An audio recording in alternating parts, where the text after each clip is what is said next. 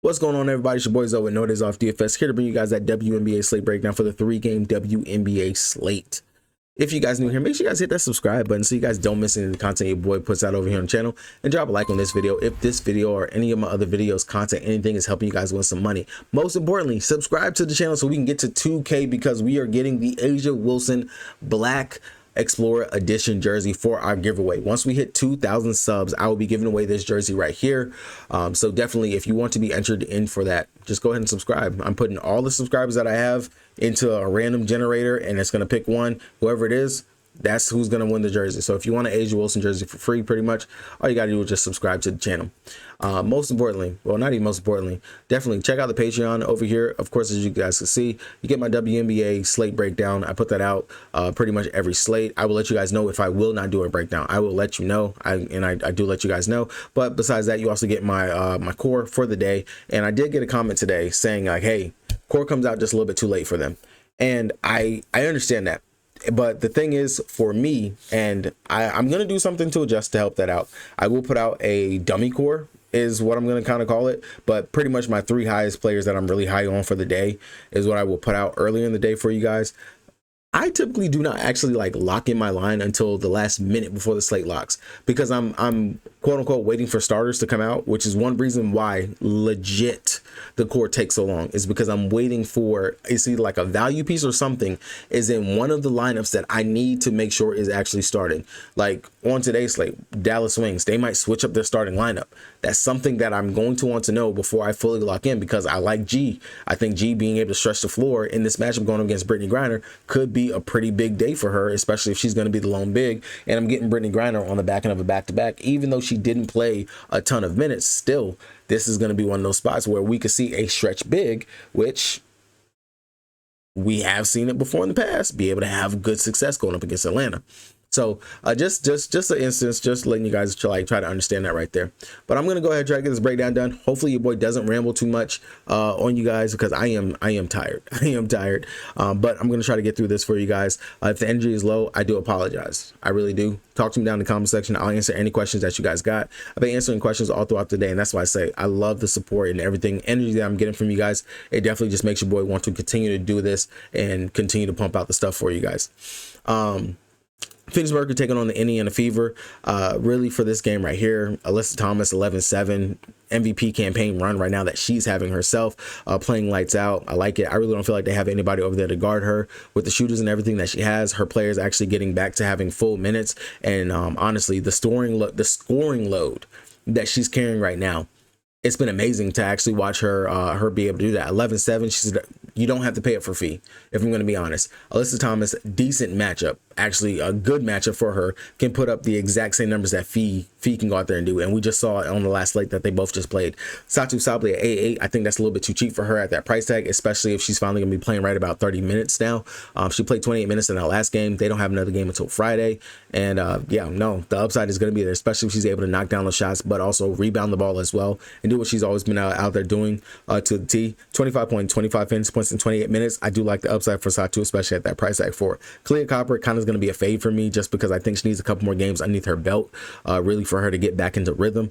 She's definitely someone that relies very heavily on her scoring in order for her to actually get there. Hopefully she got some new wig glue to be able to keep the wig down. If you guys didn't see that video, it was actually kind of funny.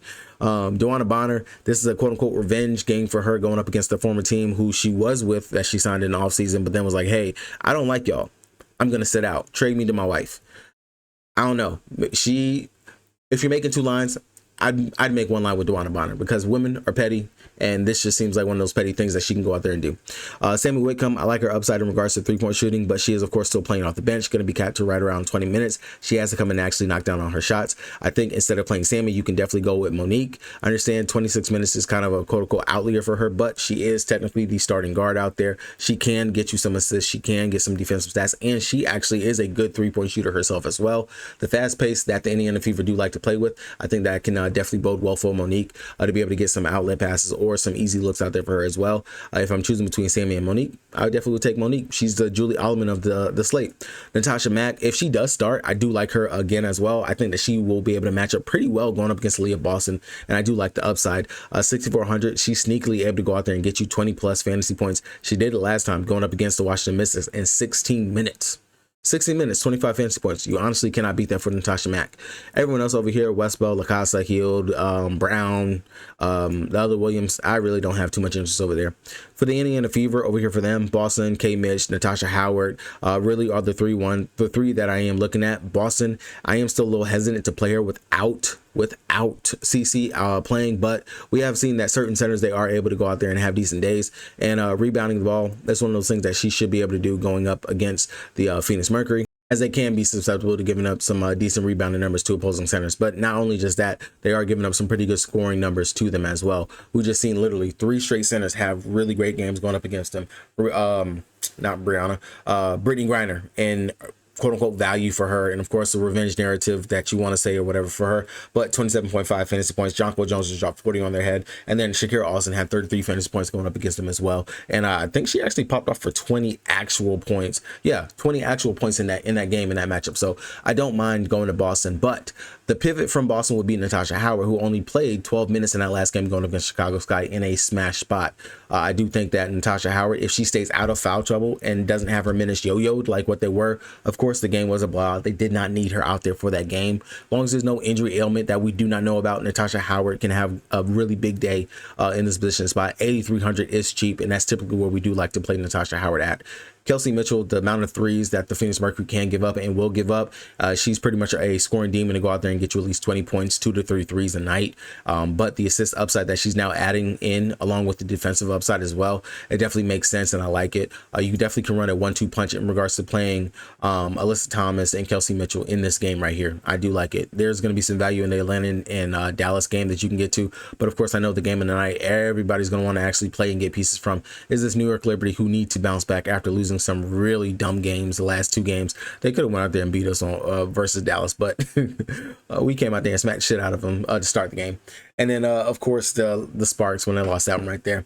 But outside of that, Sophie Cunningham, this is a revenge game for her as well, going up against a former team. I can definitely see it. She's going to be in the starting line. She's back at home. Role players at home is typically where we would want to play them, so I don't mind that. Timpson, the price came up a little bit too much for me on her, especially for a player playing off the bench who can log 0 minutes.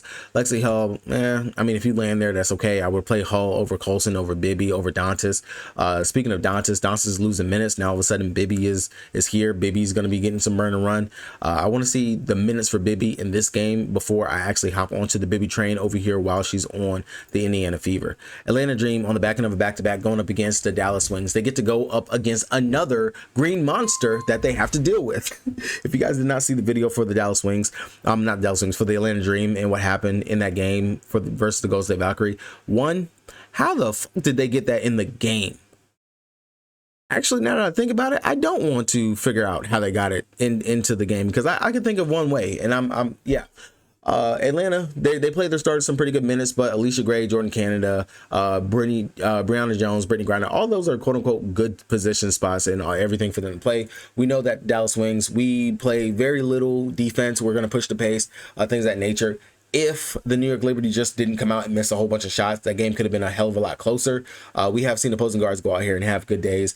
Even though Serena Ionescu, she started off slow, she still was able to get to 30 fantasy points. Alicia Gray, Jordan Canada, both of those are going to be in play. Gray playing up against her former team. Definitely don't mind going here. Of course, no Ryan Howard, still the usage is going to be up for her. She only had 18.25 fantasy points in the second game, because I want to say we played twice in the second game. Yeah, going up against us, but the first game that they played going up against us back in May, she had 50 fantasy points.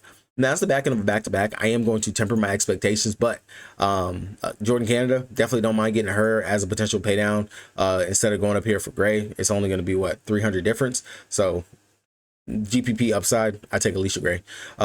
Jones, Brittany Griner. Griner could see 20-ish minutes here again. I don't mind it, but it's just, I don't know if it's going to be worth it, especially if she's going to be going up against G at the center spot, and G's going to be able to stretch the floor, continuously just knock down those threes if Griner's going to continue to drop. So I would temper expectations on Griner. Brianna Jones, she actually played decent minutes today, really isn't giving us the upside. This would be one of those rando spots that Brianna Jones just goes out here and balls to the wall. It would not surprise me, but I really just don't like this position and spot for her. She did pop in that first game, just like Alicia Gray did, for 40 fantasy points, but just temper your expectations. I would say, and I would expect the bench to get at least a good number of minutes here, just because, again, it is back to back. SWK, she burnt everyone today, but this could be they were saving her for today.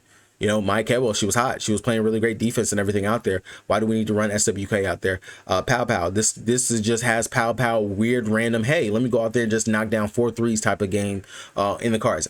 GPP if you're making multiple lines, not if you're making a one single line.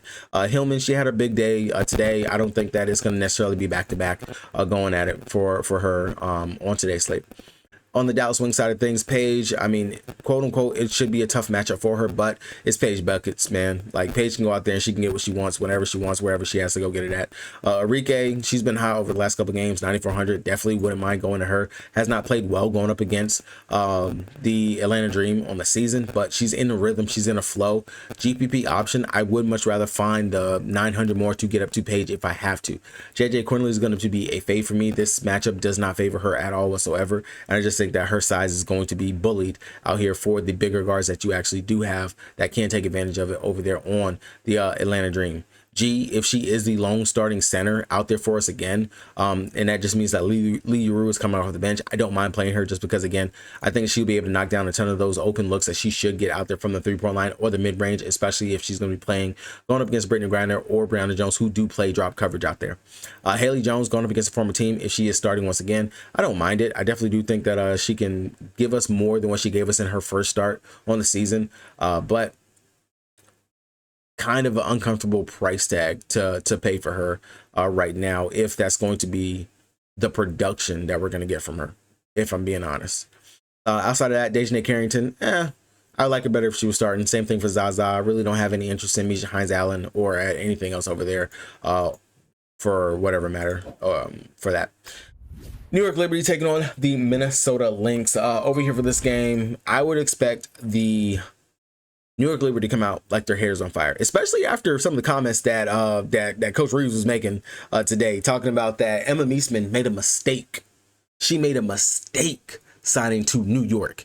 She made a mistake. She's standing 10 toes down, bro. She calling out everybody, and I actually love it. I love it. It gives for a nice little petty drama for the W. But for New York Liberty, Brianna Stewart, she's not going to play. They have her listed as questionable, but I do not expect for her to play. I want to say that she's on the road trip with them, but they want her to get to being 100% pretty much, or as close to it as possible.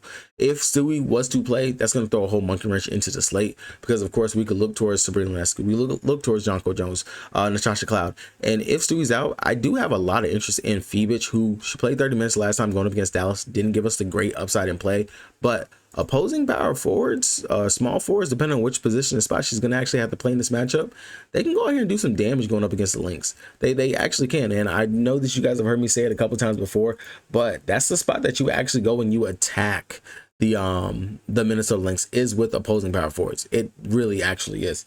Looking at a couple of them, Angel Reese, of course, she dropped 40 in back-to-back games. Alyssa Thomas had 49. Kayla Thornton, she dropped 36. I'm not saying that Phoebich is going to be able to go out there and just do that right there, but with her ability to stretch the floor, rebound, and play some decent defense, yeah, it could be up. Jonko Jones, 10-6. Of course, we knew that price was going to eventually get up to there. Eventually, don't mind her here. A good spot for her going up against Alana Smith, who is kind of on a bum leg at the moment. Opposing centers have actually cooked in the last 4 games versus them. Brittany Griner, 31 fantasy points. Asia, if the game was actually Asia when she played going up against them, if the game was a bit closer, the Aces got blown out in that game, but Asia, she had 35 fantasy points. Cardosa, she dropped 28 fantasy points, and Natasha Mack, she dropped 29 fantasy points going up against them. So I do like the upside, of course, for Jonko Jones.